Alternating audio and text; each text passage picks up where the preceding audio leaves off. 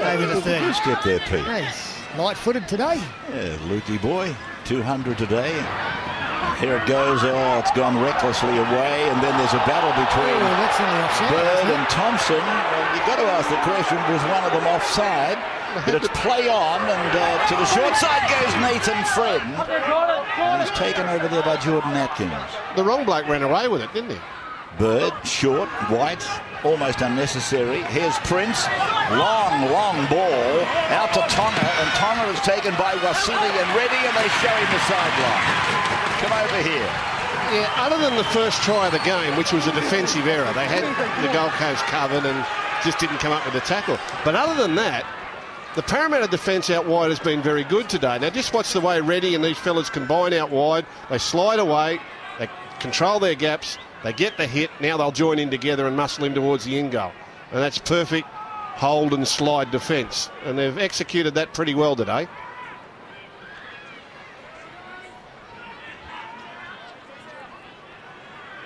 And there up in the crowd is Israel Folau, watching this match. No doubt some of his mates are involved in it, particularly in the Parramatta team. Came from, I think it was down from Minto or the Cobras or something like that.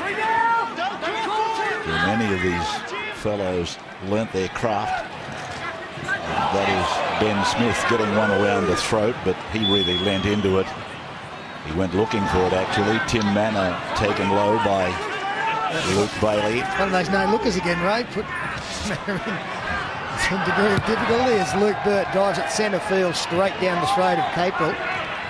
Capel has got David Mead with him. Mead not hard to pick in the bright orange shoes, although Nathan Friend is wearing them as well, but Nathan with the headgear on as well. Here's David Mead with it again. 35 metres out from his own line. It's gone to Greg Bird, and Bird goes down the corridor on the right, and he's met this time by his target, if you like, Mortimer. That's Harrison. And it's coming across for Minicello, who takes it to 35 metres out from the line. Big mark. He suffered an injury earlier in the game, and Prince has made the hurry a kick, and Wasili did well to take that ball. He almost looked like he'd lost it for a moment. 15 metres out from the Parramatta line. Gold Coast 18 to 10, but you hesitate to say they're comfortable. Plenty of time left in the game, and Parramatta have spent the major part of the second half camped inside their own 30-metre line. Well, this time last year, you would say the game is over. I don't think the Gold Coast were beaten from behind all last season. And in any games they led with 25 to go, they won. So, but as we said, they come into this game down on form, down on confidence. Both teams are. And so there's nothing certain from this point. Mortimer then kicking for his outside man, but it's too... Well, Atkins has made a lunge at it, but it's gone over the sideline, and it will be a turnover to the Gold Coast. The kick from Mortimer just a tad too heavy. Just looking at this second half unfolding, that last time they met last year, the Titans played almost the perfect second half. I was looking at some of the stats this morning. They completed 19 of 20 sets, 19 of 20, and they had to make only 87 tackles. So they suffocated Parramatta completely out of that game. Cartwright, John, with a long contract to stay at the Gold Coast. Luke Douglas going there, along with, of course, the young monster, Jamal. This is O'Dwyer. 20 metres out. And Luke playing the ball. Back for Zillman to give it to Harrison. He's a toiler, isn't he? Prince gets it on. Capel gets away from Mortimer. They're running plenty of plays at Daniel. Now they go to the blind side. Prince is there. Oh, what a ball! What a ball! But it's gone forward. And Mead thought he had 4 points beside his name. We'll take a break on Sunday Football. Come back.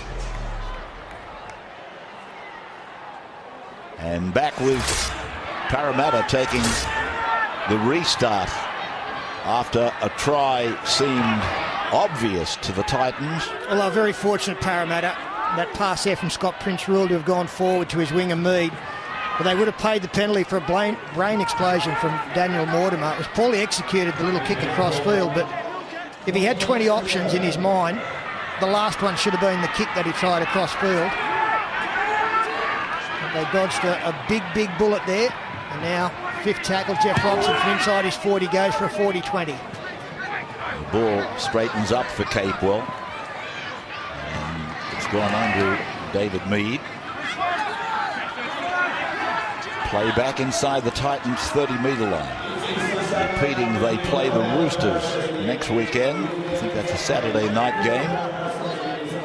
It might be a twilight game on Saturday. Here's Minicello, Parramatta heading for Cogra. Played by Mark. Now it's gone to Zillman. Zillman just hesitated and then he went for that leg drive. Explosive off the mark. Friend finding Bailey, and Bailey finds the shoulder of Smith. Hindmarsh comes in. 18-10 in favour of the Gold Coast as Friend puts it on to Zillman. Zillman puts it on his left foot. It's a big kick and Luke Burt marks it in goal. Referee says play on. 10 metres out from his own line. This is Atkins, met by Minicello and by Harrison. We've got an exhausted Nathan Hindmarsh in behind the Titans defensive line. He's done 41 tackles at the hour mark. The trainer's come out, but honestly, I just think it's fatigue.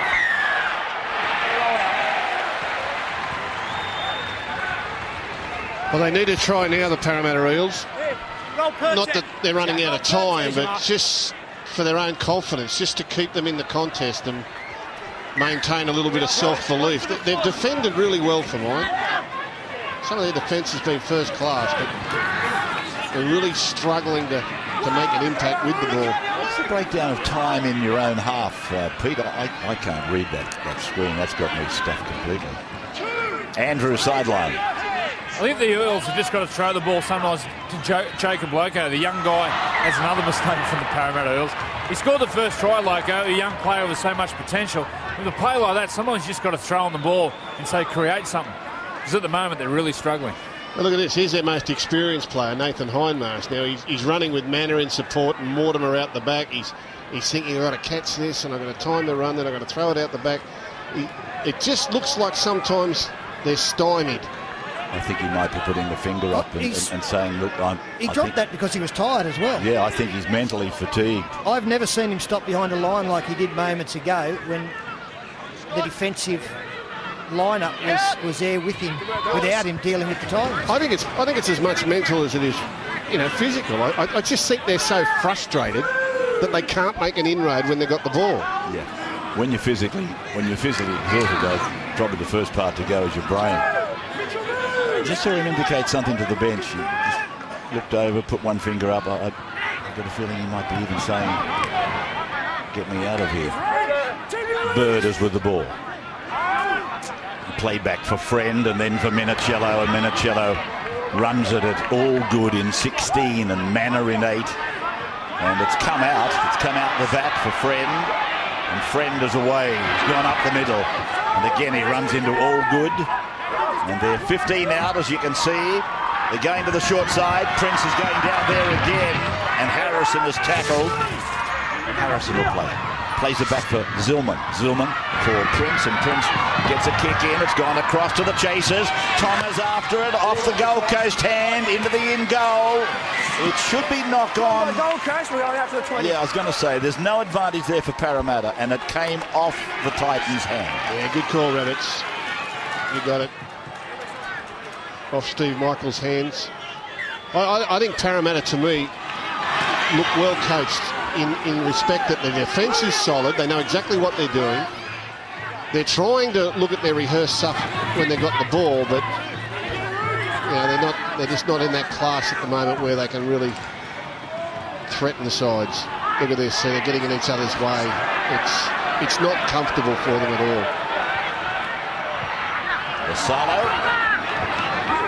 back out there again. Just reminding you, Friday night, that's a really good game coming up for you on Friday night. The Bulldogs victorious last night over the Rabbitohs, and they've taken on the Broncos at that great stadium at Suncorp, and then Rabbitohs Sharks ANZ in Sydney.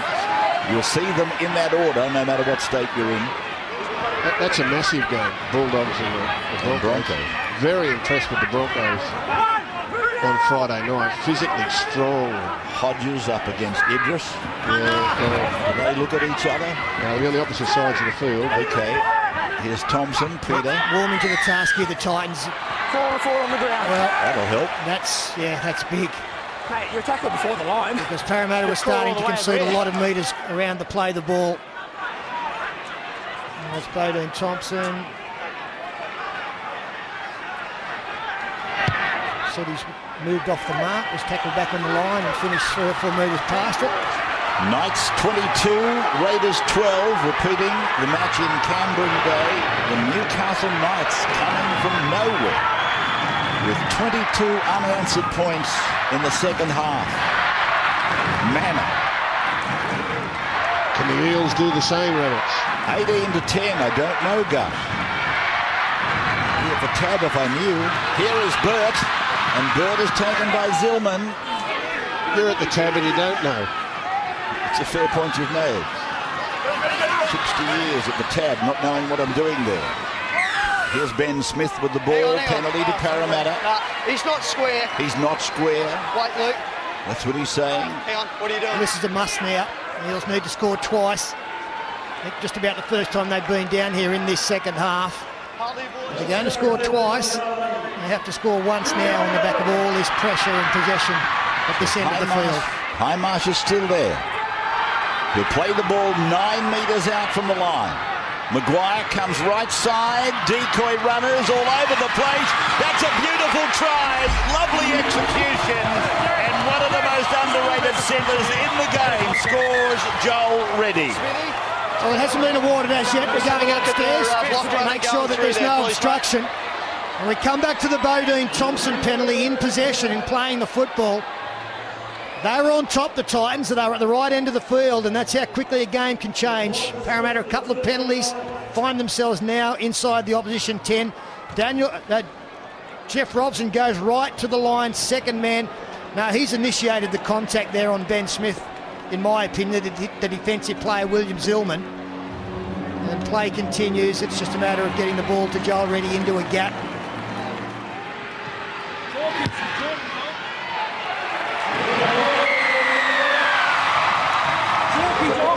Parramatta have scored a converted try. They're again 2 behind. There's 12 minutes to go.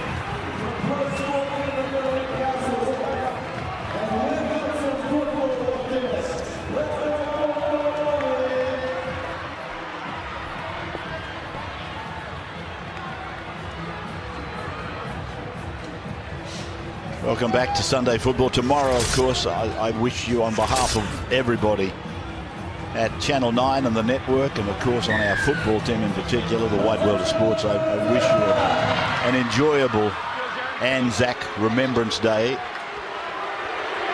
as you think about those that gave their lives for us, no matter in which war or which current conflict we're involved in. And you think of the fallen, tomorrow is your day. It's probably Australia's most important day. And if you have any involvement in it, I hope you get from it what you deserve. Here is Casey Maguire. And then it's gone to Robson's boot, and it's gone down where Michael's got it on the boot, and then back then and Capel got it on the boot. For a moment. Watching Arsenal.